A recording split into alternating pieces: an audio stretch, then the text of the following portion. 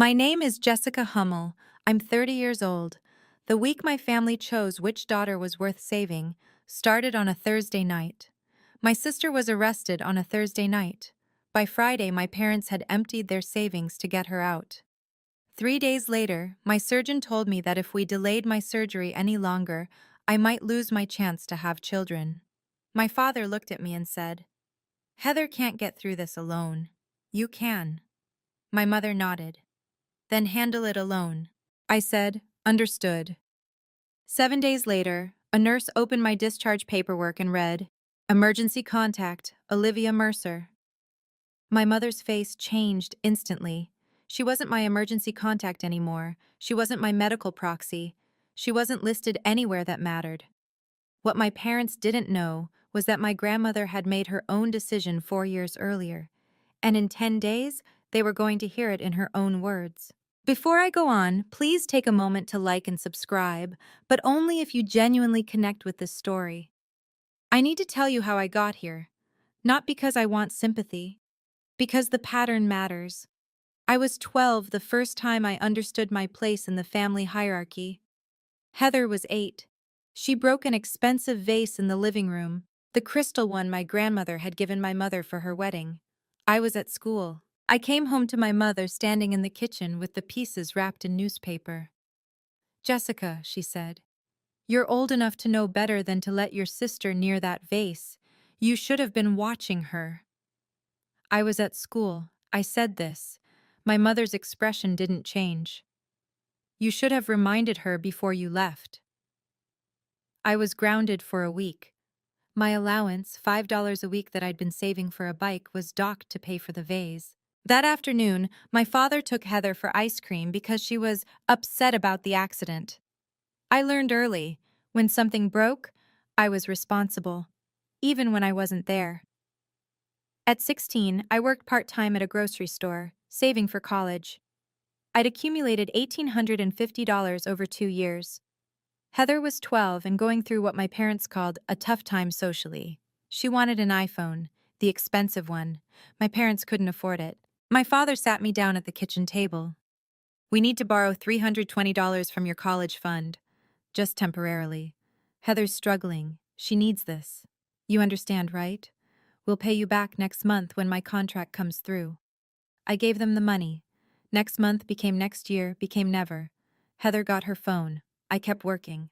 When I was 19, I was accepted into a semester abroad program in Ireland. It cost $6,500, but I'd saved enough.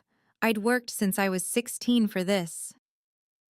Trinity College, Dublin. 4 months studying literature in a country I'd dreamed about since I was a child. Heather was 15. She got caught with marijuana at school. Not just possession, enough that the school called the police. My parents needed $4,000 for a lawyer to keep it off her permanent record. My mother called me at my dorm. "Ireland will always be there. Your sister's future is on the line right now. You've always been the strong one, Jessica. We need you." I withdrew from the program on March 15th, 2014. I gave them $4,000. Heather's charges were reduced to probation. She thanked me by telling her friends I was being dramatic about missing a trip. I told myself I'd go to Ireland later. I never did. The vocabulary became familiar. "You're so capable.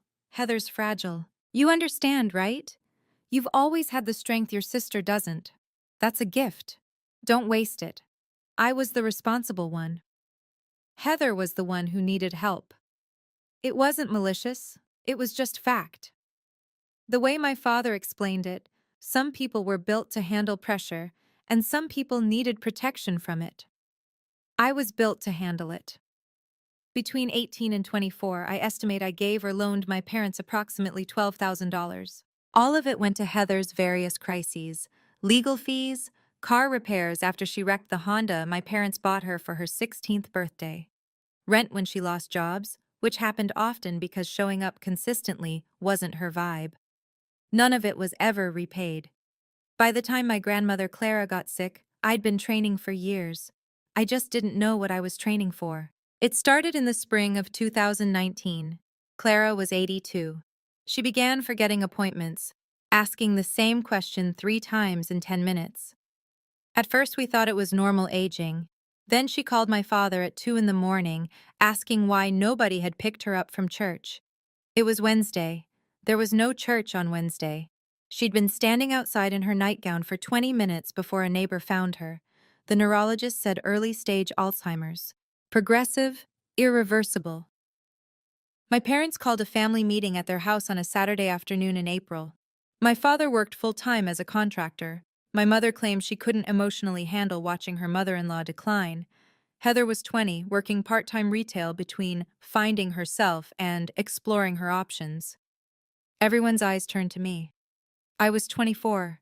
I'd just gotten a job doing medical billing for a hospital system. It was remote work 3 days a week. Flexible schedule. Good insurance. Jessica, my father said, your schedule is the most flexible. And you've always been good with Grandma, she trusts you. Nobody asked if I wanted to do it. Nobody discussed payment, or rotation, or what support would look like. The meeting lasted 30 minutes. By the end of it, I was Clara's primary caregiver. I said yes because I loved her. I didn't know I was saying yes to the next 4 years of my life. The first year wasn't terrible. Clara was still relatively independent. I drove her to doctor's appointments twice a week.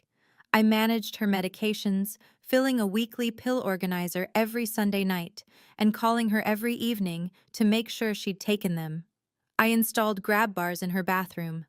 I labeled the cabinets in her kitchen because she'd started forgetting where things went. Plates, cups, the sugar bowl she'd had since 1968. I was 24, 25. I still had a social life. I went on dates. I saw friends on weekends. Heather visited Clara maybe 6 times that year, usually staying less than an hour before she claimed she had somewhere else to be. My calendar from 2019 shows 156 documented caregiver hours. Heather's visits totaled approximately 5 hours. Then Clara forgot my name for the first time. I was helping her sort through old photographs one afternoon in late 2020. She looked up at me, her hands full of black and white pictures of people I didn't recognize, and said, "You're very kind to help me, dear. What did you say your name was?" Something broke in me that I didn't know how to fix. Year 2, the decline accelerated. Clara started forgetting where she was. Sometimes she didn't recognize my father when he visited. I began staying overnight at her house 3, sometimes 4 nights a week. I'd pack a bag every Sunday, drive to her house after work, and sleep on her couch so I could make sure she didn't wander in the middle of the night. I was dating someone. Daniel. He was 27, worked as an accountant, wanted weekends together and vacations, and the kind of commitment I couldn't give him because I was spending 60% of my time in my grandmother's house making sure she didn't hurt herself. We broke up in August 2020. He said, "I love you, Jess, but I can't compete with this. You're exhausted all the time, and you won't let me help because it's family responsibility." He wasn't wrong. I chose Clara. I'd make the same choice again. But I didn't know what it would cost me. That fall, Clara had an episode. 3 in the morning, she unlocked her front door and walked outside in her nightgown. A neighbor 2 houses down found her standing in the middle of the street, confused and shivering. He called me. I drove to Clara's house at 3:30 in the morning and found her sitting in the neighbor's living room wrapped in a blanket, asking where her mother was. Her mother had died in 1991. I spent $2,100 of my own money installing door alarms, motion sensors, and extra locks that needed keys she couldn't find on her own. My parents contributed nothing. Heather visited 4 times that year, maybe 3 hours total. Year 3, Clara needed 24-hour supervision.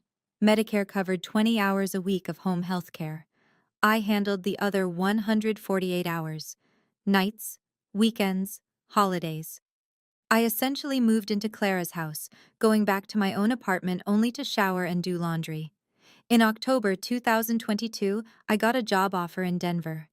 $72,000 a year, nearly $25,000 more than I was making.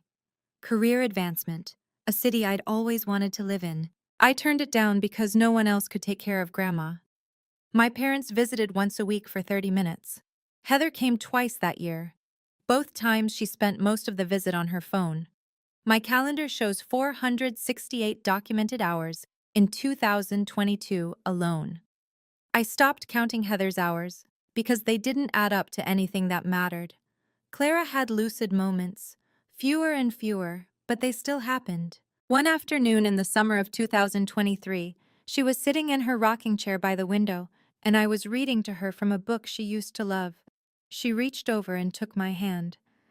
"Jessica, honey," she said, clear as day. "I don't always remember your name anymore, but I remember you never left me. That's enough." I held her hand and didn't say anything because if I'd opened my mouth, I would have fallen apart. Some nights Clara would hold my hand and call me by her sister's name. I didn't correct her. At least she felt safe. Year 4 started in January 2024. Clara entered the final stage. She was mostly nonverbal by then. She recognized faces sometimes, but not names. In October, hospice care began. I took FMLA, leave from work, to be there full time. I read to her even though I don't know if she understood the words. I played her favorite music. I held her hand.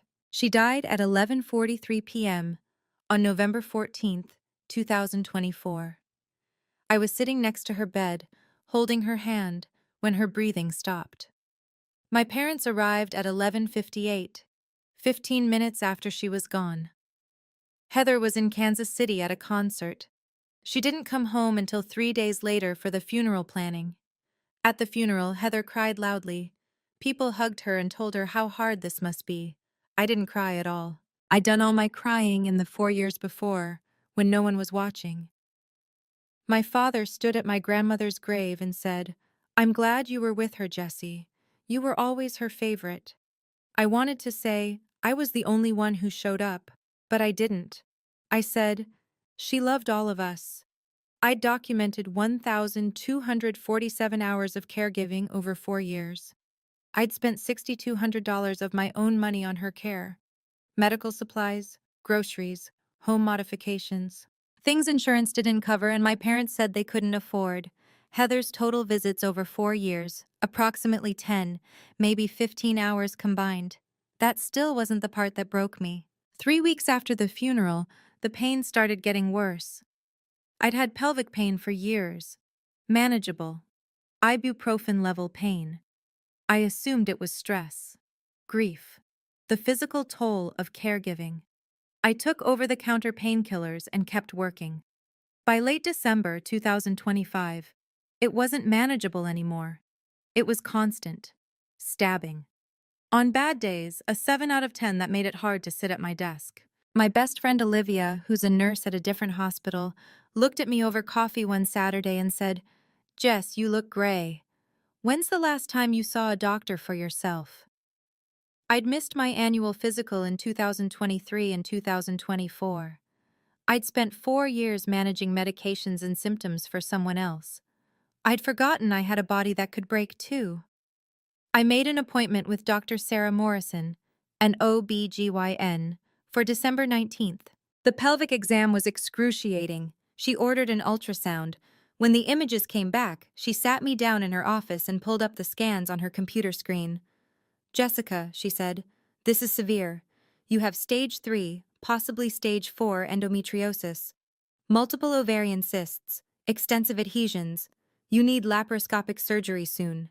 If we wait, you risk torsion, rupture, or permanent fertility damage." I stared at the black and white images on the screen. "How soon?" "Within the next 3 weeks, ideally sooner." "What happens if we wait longer?" She looked at me directly. "You're 30 years old. If you want biological children someday, we need to address this now. Every month we delay increases the risk of damage we can't reverse." I drove home in silence. At 30, I'd given up relationships for caregiving. I'd turned down career advancement. I'd deferred my own life for 4 years. Now my body was asking if I'd given up motherhood too. The surgery was scheduled for January 6th, 2026. The estimated out-of-pocket cost after insurance was $14,500, spread over the following 6 months. surgery, follow-up appointments, possible additional procedures depending on what they found. I needed someone to drive me to and from the hospital, someone to stay with me the first night in case there were complications, someone to help with basic tasks for 2 to 3 weeks while I recovered. On December 20th, I called my parents. My father sounded distracted when he answered. I told him about the diagnosis, the surgery, the timeline. He asked, "Is it urgent, or can it wait a few weeks?" "Dad, the doctor said if we delay, I might lose my ability to have children." Right, okay. Well, 3 weeks is plenty of time to figure it out. Your mother and I will see what we can work out with our schedules. My mother got on the phone. "Honey, we'll do what we can, but you know how your father's schedule is, and Heather's been going through a lot. We'll see." The call lasted 8 minutes. They made vague promises, no concrete plans. I hung up and stared at my phone. Olivia's name was right there in my contacts, but I'd been trained to ask family first. 3 days later, that training would cost me something I couldn't get back. I spent late December researching endometriosis surgery, reading about fertility outcomes, complication rates. I saw stories of women who lost ovaries, women who needed emergency hysterectomies, women who woke up and heard the word irreversible. I called Dr. Morrison with questions. Would I still be able to have kids? She was honest. It depended on what they found during surgery. But every month of delay increased the risk. I wasn't afraid of dying. I was afraid of waking up and hearing the word irreversible. I'd already given my family so much. Time, money, relationships, career opportunities. Adding my fertility to that list felt different. It felt like theft. Thursday, January 2nd, 2026, 9:15 p.m. My phone rang, my mother's name on the screen. I answered. She was frantic. "Jessica, it's Heather. She's been arrested." Heather had been drinking at a restaurant with friends. She drove home despite being well over the legal limit. On the way, she struck two parked cars, panicked, and drove away. A pedestrian nearby sustained minor injuries. The restaurant had security cameras. The police used the license plate to track her to my parents' house and arrested her 90 minutes later. DUI, hit and run. This was Heather's third DUI. She'd had one in 2022, another in 2023. I didn't know about those until later. "The bail is $45,000, my mother said. "We don't have that kind of money. Can you help?" I had $19,000 in savings. My surgery was in 4 days. Medical bills were coming. "I can't, Mom.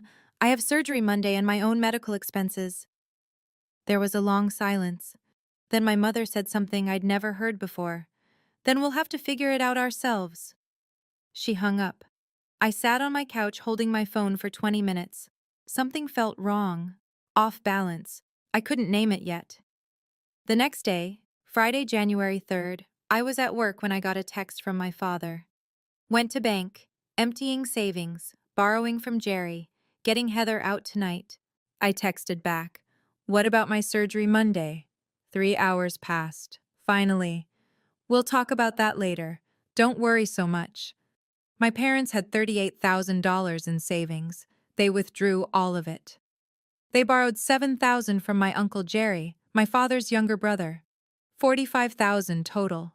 They posted Heather's bail that night. That same night, Heather posted on Instagram from my parents' guest room. The photo was a selfie of her looking tearful but grateful. The caption said, "Grateful for family that never gives up on me," with praying hands and heart emojis. I stared at that heart emoji for a long time. Saturday, January 4th. I texted my parents asking if they could still drive me to my pre-op appointment Monday. No response. I called in the afternoon. My father answered. He sounded exhausted. "We're dealing with Heather's situation," he said. "Everything is chaos right now. Her arraignment is Monday morning. I don't know what our schedule will look like. Can you be there for my surgery? I need someone to drive me home. We're waiting to hear about her court schedule." "We'll try, Jess. Heather's a mess. She's talking about, we're worried about her mental state. We need to focus on getting her through this." The call lasted 6 minutes. No concrete commitment. My surgery was 36 hours away. I didn't argue. Arguing meant being selfish. So I said okay and hung up. Sunday, January 5th. I sent a reminder text at 10 a.m. Pre-op appointment tomorrow, 10 a.m. Surgery, Tuesday, 7 a.m. Please let me know if you can make it. The response came at 2:43 p.m. from my mother. Sweetheart, we're at the lawyer's office with Heather. This is taking longer than we thought. Can Olivia take you? We'll try to visit during recovery. You've always been so independent. We know you can handle this. Heather physically cannot handle jail. You understand the difference, right? I understood. I'd always understood. That was the problem. Monday, January 6th, 10:15 a.m. I was at my pre-op appointment, alone. Olivia was at work but would pick me up after. The nurse asked about my support system for recovery. I said my family was dealing with an emergency but I had friends helping. After the appointment, I sat in my car in the hospital parking lot. It was 28 degrees outside. I didn't turn on the heat. I called my parents. My father answered on the third ring. Dad, I said, and my voice was shaking slightly. I'm scared. This is happening tomorrow. I need to know. Are you coming? He sighed. It was a sound I'd heard my whole life. The sound of me being the problem that required patience. Jessica, I need you to listen to me. If one of you is falling apart right now, it has to be Heather. She can't survive this. You can handle your own surgery. You've always been stronger. We've given everything we have to get her out of jail. You're going to have to handle this yourself. My mother's voice in the background. Tell her we love her. We'll visit when we can. My father added, Your mother says we love you. We'll visit during recovery. The call lasted 4 minutes and 12 seconds. After I hung up, I sat in my car for 38 minutes without moving. When I finally started the engine, my hands weren't shaking anymore. Something had gone cold inside me. Something permanent. Monday night, 8:30 p.m. I called Olivia. She picked up on the first ring. Hey, how was pre-op? I told her everything. The arrest, the bail, the emptied savings, my father's words. She was silent for a long moment. Then she said, I'm taking you to surgery and staying with you. No discussion. I already requested PTO for Tuesday and Wednesday. I'm picking you up at 5:30 a.m. You're staying at my place the first 2 nights, so someone's there if anything goes wrong. We clear? I started crying. Not from fear, from relief, from being chosen. Jess, she said, her voice firm but gentle. Listen to me. They've been conditioning you your whole life to accept scraps. I'm not scraps. I'm your family, the one you chose. Now let me show up for you the way they never did. We talked for 52 minutes. She had a plan. She'd already thought through everything. Medication schedule, ice packs, what food I'd be able to tolerate, how to manage pain. She'd done this before, she said. She was a nurse. She knew what recovery looked like. That night I couldn't sleep. But it wasn't from fear of surgery. It was from the decision forming in my mind. Cold and clear as January ice. Tuesday, January 7th, 2 p.m., 1 day before surgery. I called Daniel Porter, the estate attorney who'd handled my grandmother's will. I explained the situation. My parents had abandoned me during a medical crisis. I wanted them removed from all legal and medical authority over my life. He didn't hesitate. Jessica, I handled your grandmother's estate. I saw how much you did for her. What you're doing now isn't revenge. It's self-preservation. Let me help you. We scheduled a meeting for Wednesday afternoon. His consultation fee was $200. He said he'd have 6 forms ready for me to sign. He asked if I was sure. I said yes. For the first time in my life, I didn't second-guess protecting myself. Wednesday, January 8th, 3:45 p.m. I sat in Daniel Porter's office and signed documents that would erase my parents from my legal life. Emergency contact change form, removing Lawrence and Diane Hummel, adding Olivia Mercer, healthcare proxy revocation, removing my parents as medical decision-makers, new medical power of attorney. Designating Olivia Mercer as the person authorized to make medical decisions if I became incapacitated. HIPAA authorization revocation. My parents would no longer have access to my medical records. Beneficiary change forms for my 401k and life insurance policy. Removing my parents. Designating Olivia Mercer and the American Cancer Society. Updated advance directive with clear instructions about end-of-life care. 23 pages total. Daniel notarized every signature. He made copies. He submitted the forms to the hospital, my employer's HR department, and my insurance company. As he handed me a folder of copies, he said, "Keep these safe. If they ask questions, don't explain, don't justify. Just say these are your legal documents and they're final." I walked out of that office at 4:30 p.m. with a folder full of papers that said what I'd never been able to say out loud. You don't get to control my life anymore. Thursday, January 9th. I called my parents one final time before surgery. I told them surgery was the next day. Olivia was taking me. My mother sounded relieved. "Oh, good. We were so worried about who would help you. That's wonderful that Olivia can do it. We knew you'd figure it out. You always do." They promised vaguely to visit during recovery when things calmed down with Heather. The call lasted 3 minutes and 20 seconds. I said okay, but it was the last okay I would ever give them. Friday, January 10th. 5:45 a.m. Olivia picked me up. We drove to Riverside Medical Center in silence. Not uncomfortable silence, the kind of silence that means someone is with you, and that's enough. The pre-op nurse reviewed my paperwork. She saw Olivia listed as emergency contact and medical power of attorney. No questions. This was normal. Surgery started at 8 a.m., 3 hours. When I woke up in recovery at 11:15, Olivia was sitting in the chair next to my bed. "Hey," she said. "Surgery went well. Your right ovary is a fighter. Doctor saved it. You're going to be okay." The surgeon came in later to explain. Severe stage 4 endometriosis, extensive adhesions. They'd removed multiple cysts and as much endometrial tissue as possible. My right ovary was partially damaged but preserved. My left ovary was healthy. Fertility was still possible, but would require monitoring. My parents didn't call, didn't text, didn't send flowers. That afternoon, Heather posted an Instagram story. It was a photo of a latte with the caption, "Self-Care Saturday," coffee cup emoji. It was Friday, and I'd just had surgery. But sure, self-care. I spent 7 days at Olivia's apartment. She took care of me the way family should. Changed my bandages, made sure I took medications on time, brought me soup I could actually keep down, let me sleep when I needed to, watched bad television with me when I couldn't sleep. On day 4, my parents called.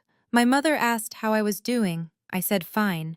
She said they were still dealing with Heather's legal situation, but they'd visit soon. I said, okay, and hung up. On day 7, my mother texted, "Dad and I are coming to your follow-up appointment today. Want to see how you're doing?" I didn't respond. They showed up anyway. January 17th, 2026. 7 days post-surgery. 9 a.m. Olivia drove me to my follow-up appointment at the hospital outpatient clinic. Wound check. Discharge paperwork review. Standard post-op. My mother texted at 8:15. "Dad and I coming to appointment. Want to see how you're doing?" They arrived at 9 with a grocery store bouquet. $12 if I had to guess. My mother tried to hug me. I stepped back. "I'm still sore." She smiled at the nurse checking me in. "It's so hard when your children go through medical emergencies. But we're here now." The nurse nodded politely. She had no idea what was about to happen. Nurse Emily brought me into the exam room. My parents followed, assuming they were included. She asked, "Would you like privacy for this exam?" "Yes," I said. "Just me and Olivia." My mother looked confused. My father said, "We're her parents." Nurse Emily's voice stayed polite but firm. "The patient has the right to determine who's present during medical exams." My father started to say something. Nurse Emily looked at me. I looked back and said, "Just Olivia." My mother's smile disappeared. After the exam, everything was healing well. Nurse Emily reviewed discharge paperwork, standard procedure. She read aloud key information for me to confirm. Medication list, activity restrictions, follow-up appointments scheduled. Then she reached the emergency contact section. "Okay, Jessica," she read from the computer screen, clear and professional. "Confirming your emergency contact information. Primary contact is Olivia Mercer, phone number ending in 3982. Medical power of attorney, Olivia Mercer. Healthcare proxy, Olivia Mercer. Next of kin for medical decision-making, Olivia Mercer." Is all of that still correct? My mother was sitting in the corner chair. I watched her posture go rigid.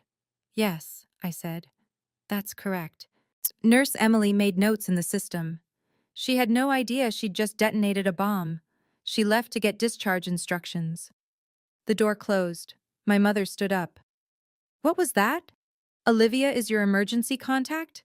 What about us? We're your parents." I kept my voice level. "I changed my paperwork last week." My father leaned forward. "Without telling us?" "You told me to handle my own surgery. I did." My mother's face was flushing red. "Jessica Marie Hummel, you don't just remove your mother from medical records. How could you do this to us?" "I needed someone to take me to surgery, someone to stay with me, someone to help me recover. You said I could handle it myself. So I did.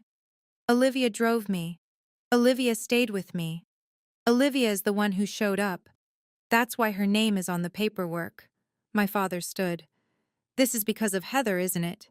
You're punishing us for helping your sister." I looked at him for a long moment. "I'd practiced this. You emptied your savings to bail out Heather. That's your choice. I needed someone for surgery. You said handle it alone. I did. Olivia was there. That's why her name is on the forms. This isn't punishment. This is accuracy." Nurse Emily came back with discharge papers. My mother tried to argue with her. "There must be a mistake. I'm her mother. I should be listed." Nurse Emily's tone stayed professional. "Ma'am, these forms are legally binding and were updated by the patient 6 days ago. I cannot change them without the patient's authorization." My mother looked at me. "Jessica, change it back." "No. You can't be serious." "I'm completely serious." She grabbed her purse. My father stood. They walked to the door. My mother turned back. "How could you do this to your own mother after everything we've sacrificed for you?" I didn't answer. They left. 20 minutes later, my phone vibrated. Text from my mother. "How could you do this to your own mother, after everything we've sacrificed for you?" I deleted it without responding. Olivia drove me to her apartment. I slept for 3 hours, the deepest sleep I'd had in 7 days.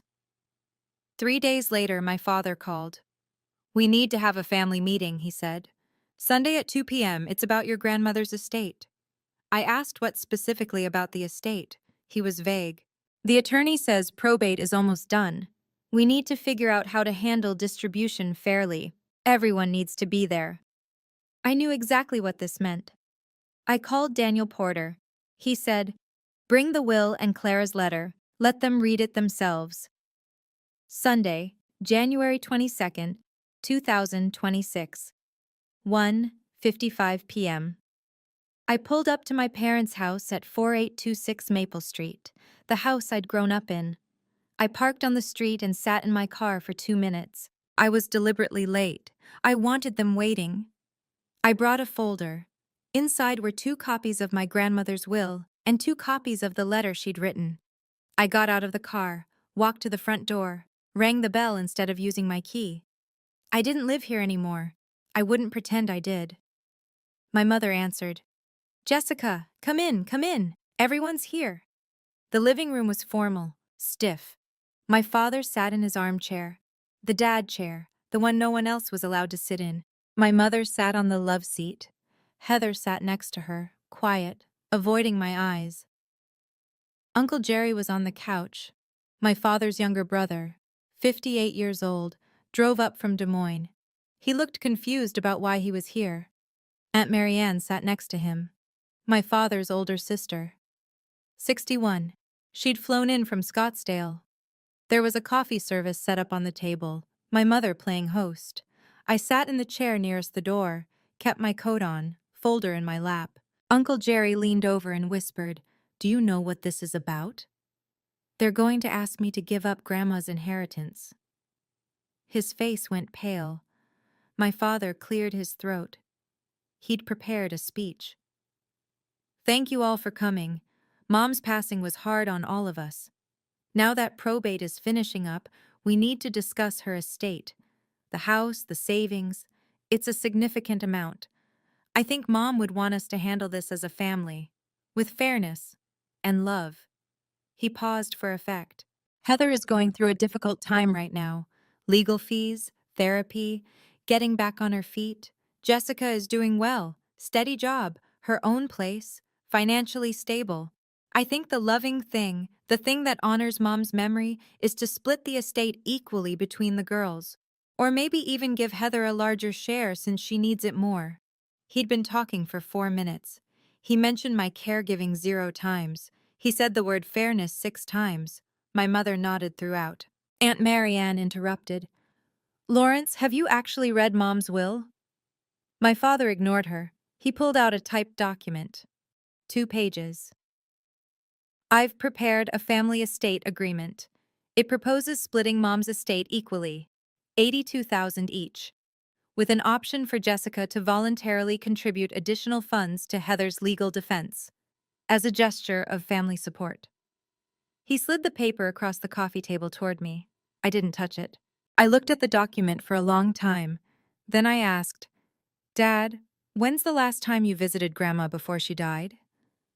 He blinked. "What? When did you last visit her? How many times did you stay overnight? How much money did you contribute to her care? How many doctor appointments did you drive her to?" He started to stammer. "I worked full-time, Jessica. I did what I could." "I worked full-time too. I was there for 4 years. Where were you?" I turned to Heather. "How many times did you visit Grandma while she was sick?" Heather's voice was defensive. "She didn't even know who I was. What was the point?" "The point was, she was dying and scared and alone. I was there. You weren't." My father's face was turning red. My mother said, "This isn't helpful. We're here to talk about the future, not the past." Uncle Jerry was listening intently, piecing things together. My father said, "None of that matters now. What matters is doing the right thing." I opened my folder. I pulled out the will, placed it on the coffee table. "This is Grandma's will. Would you like me to read the relevant section?" My father shifted. "I know there were some specifics, but we're family. We can work this out among ourselves." "Some specifics," I repeated. "Let me read them." I picked up the document. I read aloud, clearly. "Clara Marie Hummel, being of sound mind and body, do hereby bequeath my entire estate, including my home located at 1847 Elm Street, Omaha, Nebraska, and all financial assets, to my granddaughter Jessica Marie Hummel." Silence. I continued. "I do not name Heather Lee Hummel as a beneficiary. I do not name Lawrence William Hummel as a beneficiary." My father's mouth opened. "She wasn't. Mom had Alzheimer's. She couldn't have been of sound mind when—" "The will is dated April 17th, 2024, 7 months before she died. During a period of documented lucidity, it was witnessed by her attorney, Daniel Porter, and her hospice nurse, Patricia Williams. It was notarized. It's legally binding." My mother found her voice. "You can contest this. We can contest this. She wasn't in her right mind." I pulled out Clara's letter. "Grandma left a letter. She wanted you to know why." I unfolded it. Handwritten, 3 pages. Clara's careful script. I read it aloud, slowly. "To my family. If you are hearing this, I am gone. I hope my final years were treated with dignity. I know they were, because I know who was there." I paused. Let that land. To my granddaughter Jessica, you gave me 4 years of your life when you should have been building your own. You drove me to appointments when I could no longer drive. You labeled my cabinets when I couldn't remember where the plates went. You held my hand through the long nights when I was confused and afraid. You never once made me feel like a burden. My voice stayed steady. This was evidence, not emotion. You sacrificed relationships because you stayed with me. You turned down a better job because you wouldn't leave me. You spent your own money to make my house safe when I couldn't afford it. You sat with me on the days I forgot your name, and you never stopped coming. Heather started crying, quietly. This house, this money, it's not a reward. It's recognition. You were the only one who saw me when I was disappearing. You gave me my dignity. This is for the life you deserve to build. I turned the page. To Lawrence, you're my son, and I love you. But you visited once a week for 30 minutes. You did your duty, not your heart. My father stared at the floor. To Heather, you're my granddaughter, and I wanted to know you. But you came 10 times in 4 years. When I reached for you, you pulled away. Heather's crying got louder. I was of sound mind when I wrote this in April of 2024. 2 doctors evaluated me and confirmed my competency. Jessica earned every cent. She earned it in hours, in presence, in love that cost her everything else. Do not contest this. Honor the one person who honored me. I set the letter down. Clara Marie Hummel, April 17th, 2024. The silence was absolute. Uncle Jerry's voice was rough. Jesus, Lawrence. My father tried to rally. Mom wasn't. She was confused toward the end. She didn't understand. Jerry cut him off. I talked to her in May of 2024, month after she wrote that. She was sharp as ever. She knew exactly what she was doing. My mother tried a different angle. Jessica, this is going to tear our family apart. What family? I asked. The one that told me to handle my own surgery? The one that's been using me as a backup plan my whole life? My father leaned forward. We've always been there for you. No, you've always assumed I'd be there for you. There's a difference. I looked at my father directly. Dad, you left me a voicemail 3 days ago. You said Clara would want me to do the decent thing. Well, she told you herself what she wanted, and it wasn't this. Heather finally spoke. Her voice was bitter. Fine, keep it all. I hope it was worth losing your family over. I stood. It hurt. I was still recovering from surgery, but I stood. You can contest the will if you want. Daniel Porter is the estate attorney. He told me it would cost you about $15,000 in legal fees and you'd lose. Clara documented everything. She was evaluated by 2 doctors confirming her mental competency. The will is final, ironclad. My father stood too. If you walk out that door, then I walk out. I've been walking out of this family for years. This is just the first time I'm being honest about it. I picked up my folder, headed for the door. I turned back. I gave Grandma 4 years because I loved her. She left me her estate because she saw me. That's more than any of you ever did. Uncle Jerry stood. I'll walk you out, Jessica. We left together. In the driveway, he looked at me. His eyes were wet. Your grandmother was right about you. I'm sorry we weren't. I sat in his truck for 10 minutes, shaking, not from fear, from the weight of a lifetime finally lifting. I'd spent 30 years earning their approval. It took one letter from a dead woman to realize I'd already had the only approval that mattered. The days after blurred together. My phone vibrated constantly. Texts from my mother. 27 messages over 8 days. How could you do this to your own mother? After everything we've done for you. Your grandmother would be ashamed. Think about what you're doing to this family. I didn't respond to any of them. On day 9, I blocked their numbers. Heather sent one text. Hope you're happy alone. I deleted it. Uncle Jerry called every Sunday at 7 p.m. to check in. He'd tried to talk to my father. My father said I'd betrayed the family. Jerry told him that was bullshit. They weren't speaking now either. Aunt Marianne sent a card. It arrived January 28th. Inside was $100 bill and a note. Your grandmother was right about you. Buy yourself something nice. Love, Aunt M. On January 30th, Daniel Porter called. Your parents didn't contest the will. The deadline passed. Estate distribution is final. The house and accounts are yours. I said thank you and hung up. Then I sat on Olivia's couch and cried for an hour.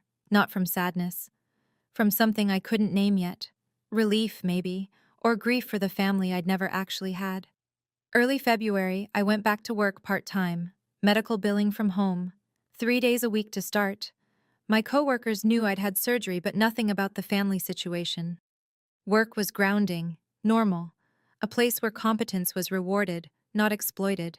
I started therapy on a Wednesday afternoon, $80 a session, sliding scale. My therapist was a woman in her 50s named Catherine, who specialized in family estrangement and caregiver burnout.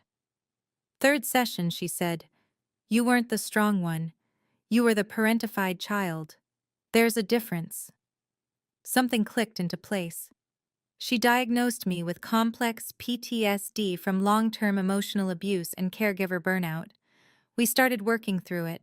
Slowly. She asked if I felt guilty about keeping the inheritance. I said no. She asked what I did feel. I said seen. Mid-February, I met with a realtor about Clara's house. 1847 Elm Street. 3 bedrooms, needed updating. Worth approximately $126,000. The realtor asked if I wanted to renovate and live there. I realized I didn't. Too many memories, too much caregiving trauma. The house smelled like dying, no matter how much I cleaned it. I decided to sell. Use the money for a fresh start. I started looking in the Dundee neighborhood. Younger area, walkable, coffee shops, trees. A place that felt like beginning, not ending. I found a house in late February, 2216 Underwood Avenue. 2 bedrooms, craftsman style, hardwood floors, needed minor work but it had good bones. $185,000. I made an offer on February 18th. Down payment, $37,000 from the inheritance. 30-year mortgage. Affordable on my salary. The day I signed the purchase agreement, Olivia opened champagne in her living room. We toasted to new beginnings. My phone buzzed. Unknown number. Probably my parents calling from someone else's phone. I deleted the voicemail without listening. March 8th, 2026, moving day. Olivia took the day off work. Uncle Jerry drove up from Des Moines. Aunt Marianne flew in from Scottsdale. 2 coworkers I'd become friends with showed up with a truck. The house was small but bright. Morning light filled the kitchen. Hardwood floors creaked in a friendly way. It smelled like possibility. I brought a few things from Clara's estate. Her brass reading lamp. I put it in the living room next to the couch. Her wooden wall clock, handmade by her father in the 1940s. I hung it in the kitchen. Her recipe box, the one with handwritten cards for lemon cake and pot roast and Christmas cookies. I put it in the cabinet, unopened. Too soon. Everything else went to an estate sale. That night we ordered pizza. $43. Jerry paid. We sat on the floor because my furniture wouldn't arrive until tomorrow.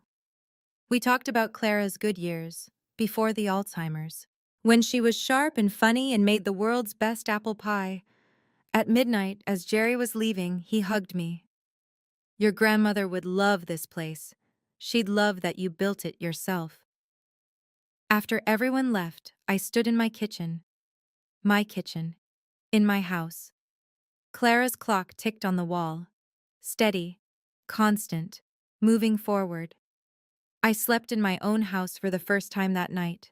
9 hours straight. No emergency calls. No one asking me to handle something. No crises that belong to people who'd never handle mine. Just sleep. Just peace. 6 months later. August 17th, 2026.